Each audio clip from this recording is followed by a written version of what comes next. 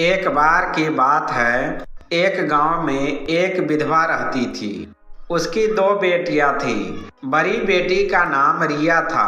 रिया बहुत दयालु और मेहनती थी। रिंकी छोटी बेटी थी, घमंडी और आलसी। लेकिन महिला अपनी छोटी बेटी को बहुत प्यार करती थी, क्योंकि वो उसकी अपनी बेटी थी। बड़ी उसकी सौतेली बेटी थी, इसलिए वो रिया को गुलाम बनाकर रखती थी। रिया, तुम्हें अभी बाहर जाकर सूत काटना है। जल्दी काम खत्म करो। यहाँ आओ मेरी बेटी, तुम्हें भूख लगी होगी, कुछ खाओ। रिया जल्दी से घर का सारा काम खत्म किया और सूत काटने के लिए बाहर चली गई। सौतेली माँ उसे घर के पास सूत काटने के लिए भेजती थी और रिया तब तक सूत काटती रहती थी जब तक कि उसकी उंगलियों से खून न निकल जाए।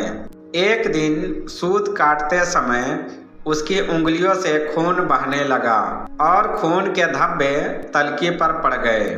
उसने तलकी को साफ करने के लिए तलकी को कुएं पर रखा और पानी निकालने लगी। तभी तलकी कुएं में गिर गई। उसने तलकी निकालने की बहुत कोशिश की। वह भाग कर गई और अपनी सौतेली माँ से बोली, माँ, तलका तो कुएं में गिर गया। तलके की जगह तुम कुएं में क्यों नहीं गिर गई? जाओ उसे निकाल कर लाओ और तलके के साथ ही लौटना, वरना घर मत आना, समझ गई? रिया वापस कुएं के पास गई। उसने पहले ही कुएं से धूरी निकालने की पूरी कोशिश कर ली थी। वो और क्या कर सकती थी? रिया ने खुद ही कुएं में छलांग लगा दी। जब उसकी आंखें खुली तो उसने खुद को घास के मैदान में देखा। सूरज तेज चमक रहा था और हर जगह सुंदर फूल थे। जहाँ एक सुंदर जगह थी, वो आगे चली और थोड़ी दूर पर उसे एक बेकरी दिखाई दी। उसमें रोटियां रखी थी। नीचे से आवाजें आ रही थी, हमें बाहर निकालो, हमें बाहर निकालो, नहीं तो हम जल जाएंगे। रिया ने उसको बाहर निकाल दिया। रिया आगे बढ़ी। उसे एक पेड़ का सेब दिखाई दिया। मेरे सब सेब पक चुके हैं, कोई इन्हें तोड़कर खा ले, नहीं तो ये सब सड़ जाएंगे। रिया पेड़ का दर्द सहन नहीं कर सकी। जैसे ही उसने पेड़ को हिलाना शुरू किया, सेब बारिश की तरह जमीन पर गिरने लगे। रिया आखिरी सेब गिरने तक पेड़ को हिलाती रही। फिर उसने सारे सेब इकट्ठा कर लिए, एक तरफ हो गई और आगे बढ़ती चली गई। वो एक झोपड़ी में पहुंची, जहां उसने एक बूढ़ी औरत को देखा। मुझसे मत डरो मेरी बच्ची, अगर तुम मेरे घर की देखभाल करती हो तो तुम यहाँ रह सकती हो। मैं तुम्हें बदले में सब कुछ दूंगी। तुम्हें बस ये ध्यान रखना होगा, हर दिन जब तुम मेरा बिस्तर लगाओ तो उसे पंखों से ढक दो। बूढ़ी औरत ने उससे बात की इतने प्यार से कि रिया उसके साथ रहने के लिए तैयार हो गई। रिया घर की बहुत अच्छी तरह से देखभाल करती थी और हर दिन वो औरत का बिस्तर ठीक उसी तरह बनाती जैसे माँ बूढ़ी औरत ने उसे कहा था। बदले में उसे खाने के लिए बहुत सारा खाना देती। खाओ रिया, खाओ। कुछ समय के लिए रिया वहाँ रुकी और फिर उसे घर की याद आने लगी। वो बहुत दयालु है, वो मेरा बहुत अच्छे से ख्याल रखती है। लेकिन मुझे घर की याद आ रही है। रिया बूढ़ी औरत से बहुत खुश थी, लेकिन अब उसने सोचा कि अब समय आ गया है कि घर वापस चला जाए। तो एक दिन उसने माँ से कहा, मैं घर वापस जाना चाहती हूँ, मैं अब यहाँ नहीं रह सकती। मुझे खुशी है कि आप घर जाना चाहती है। आपने बहुत ईमानदारी से अपना काम निभाया। मैं खुद तुम्हें तुम्हारे घर तक छोड़कर आऊँगी। kaya sahmo mo may घर जाऊंगी। बूढ़ी औरत रिया को एक जगह ले गई। रिया जैसे ही दरवाजे के अंदर पांव रखा, उस पर सोने की बारिश होने लगी। वह खुशी के आंसू रोने लगी।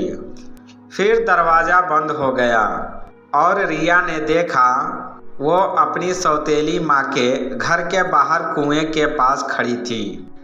रिया घर में दाखिल हुई तो उसकी सौतेली माँ और बहन उसे देखकर चौंक गए, क्योंकि वो सिर से पैर तक सोने से लदी हुई थी। मैं तुम्हारे बारे में बहुत चिंतित थी और तुम्हें ये कहाँ से मिला? रिया ने उन्हें बताया। उसकी कहानी सुनने के बाद उसकी सौतेली माँ का मन लालच से भर गया। वाह, कितना सोना है! अगर मैं रिंकी को वहाँ भेज दूँ तो मैं बहुत अमीर हो जाऊंगी। रिया की सौतेली माँ ने रिंकी को कुएं पर सूत काटने के लिए भेजा और फिर खुद भी कुएं में कूद गई। जैसे ही रिंकी की आंखें घास के मैदान में खुलती है, वो लपकी और आगे चल देती है। वो बेकरी के पास पहुंचती है।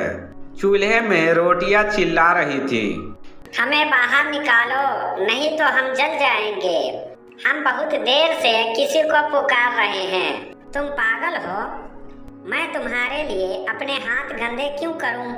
रिंकी ने ऐसा कहा और आगे बढ़ी। फिर सेब के पेड़ के पास पहुंची। वो मेरे सब सेब पक गए हैं। कृपया कोई इन्हें तोड़कर खा ले, नहीं तो सब सड़ जाएंगे। क्या तुम पागल हो? मैं उन्हें क्यों तोड़ूं? लेकिन अगर एक सेब भी मेरे सिर पर गिरा ना तो देख लेना। वो पेड़ से इतराकर बात करती है और बस आगे बढ़ जाती है। आखिरकार वह बूढ़ी औरत के घर पहुंची। उसने अपनी बहन से उसके बारे में सुना था, इसलिए बिना डरे उसने खुद ही काम मांग लिया। मैंने सुना है आपको अपने लिए काम करने के लिए किसी की जरूरत है।